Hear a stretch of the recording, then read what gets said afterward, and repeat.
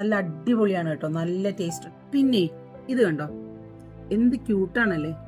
ഇവന്റെ പച്ച പാൻറ്റും റെഡ് ഉടുപ്പും ഒക്കെ ഇട്ടിട്ട് നിൽക്കുന്ന സാൻഡ. വേറൊരാളും കൂടിയുണ്ടോ കേട്ടോ, മണിയൊക്കെ കിളിക്കുന്ന ഒരാളാണേ. അപ്പൊ ഇവരുടെ തൊപ്പിയൊക്കെ കണ്ടപ്പോഴാണ് ഞാൻ വിചാരിച്ചത് എന്തുകൊണ്ട് എനിക്കും തൊപ്പി ഇട്ടിട്ട് വന്നുകൂടാ. ഡിസംബർ ടു റിമെമ്പർ എന്നല്ലേ. അപ്പൊ നമുക്ക് നമ്മുടെ ബനാന വൈൻ ഒന്ന് സ്ട്രെയിൻ ചെയ്യാം. 10 ദിവസമാണ് നമ്മള് ഇൻസ്റ്റന്റ് ആയിട്ട് ആയതുകൊണ്ട് വെച്ചിട്ടുള്ളായിരുന്നു. അപ്പൊ 10 ദിവസം കൃത്യമായിട്ട് ഇളക്കി. അപ്പം ഇനി ഒരു 10 ദിവസം കൂടി ഇരുന്നൊന്ന് അടിയുമ്പോൾ നല്ല പ്യുവർ ആയിട്ടുള്ള വൈൻ നമുക്ക് ക്രിസ്മസിന് യൂസ് ചെയ്യാം. അപ്പോൾ 10 ദിവസമൊക്കെ ഇളക്കിയിട്ട് സെറ്റായിരിക്കുന്ന നമ്മുടെ ബനാന വൈൻ്റെ ഗ്ലാസ് ജാറാണിത്. അപ്പം കണ്ടോ, പഴത്തിൻ്റെ മുകൾ ഭാഗമൊക്കെ അതിലിങ്ങനെ പൊങ്ങി വന്ന് നിൽക്കുകയാണ്. ഇന്നത്തെ ദിവസം നമ്മൾ ഇളക്കണ്ട. അപ്പം ആ മുകളിലുള്ള കട്ടിയുള്ള പഴത്തിൻ്റെ ഭാഗങ്ങളൊക്കെ ആദ്യം ഒന്ന് എടുത്ത് മാറ്റാം, അല്ലെങ്കിൽ മൊത്തത്തിൽ വീണ്ടും അങ്ങ് കലങ്ങും.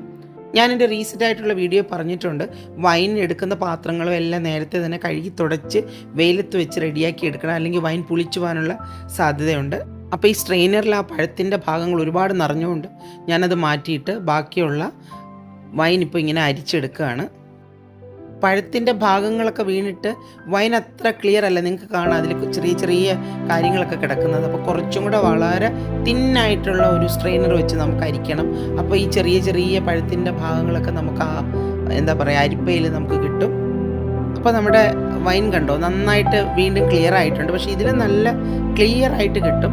അപ്പോൾ ഒരു 10 ദിവസം നമുക്ക് ഇതൊന്ന് അനക്കാതെ വെക്കാം. അതിനുശേഷം നമ്മളിത് അരിച്ചെടുത്ത് കുപ്പികളിലാക്കി വെച്ചാൽ മതി. ഞാൻ വൈൻ അരിച്ചാൽ മാത്രം മതിയോ? ടേസ്റ്റ് ചെയ്ത് നോക്കട്ടെ. ഞാൻ ആകെ ക്ഷീണിച്ചു കേട്ടോ, കുറേ ടൈം എടുത്തു. വളരെ ശ്രദ്ധയോടുകൂടി ഇളക്കി ഒഴിച്ചു, മുടിയൊക്കെ വാരി കെട്ടി നിന്നൊരു പരുവായി. ഏക വഴിയെന്ന് പറയുന്നത് ഒന്ന് ടേസ്റ്റ് ചെയ്ത് നോക്കുക. ഇതിപ്പോൾ ഒത്തിരി ഉണ്ട്, ഇത്രയും കുടിച്ചാൽ കഥ മാറും.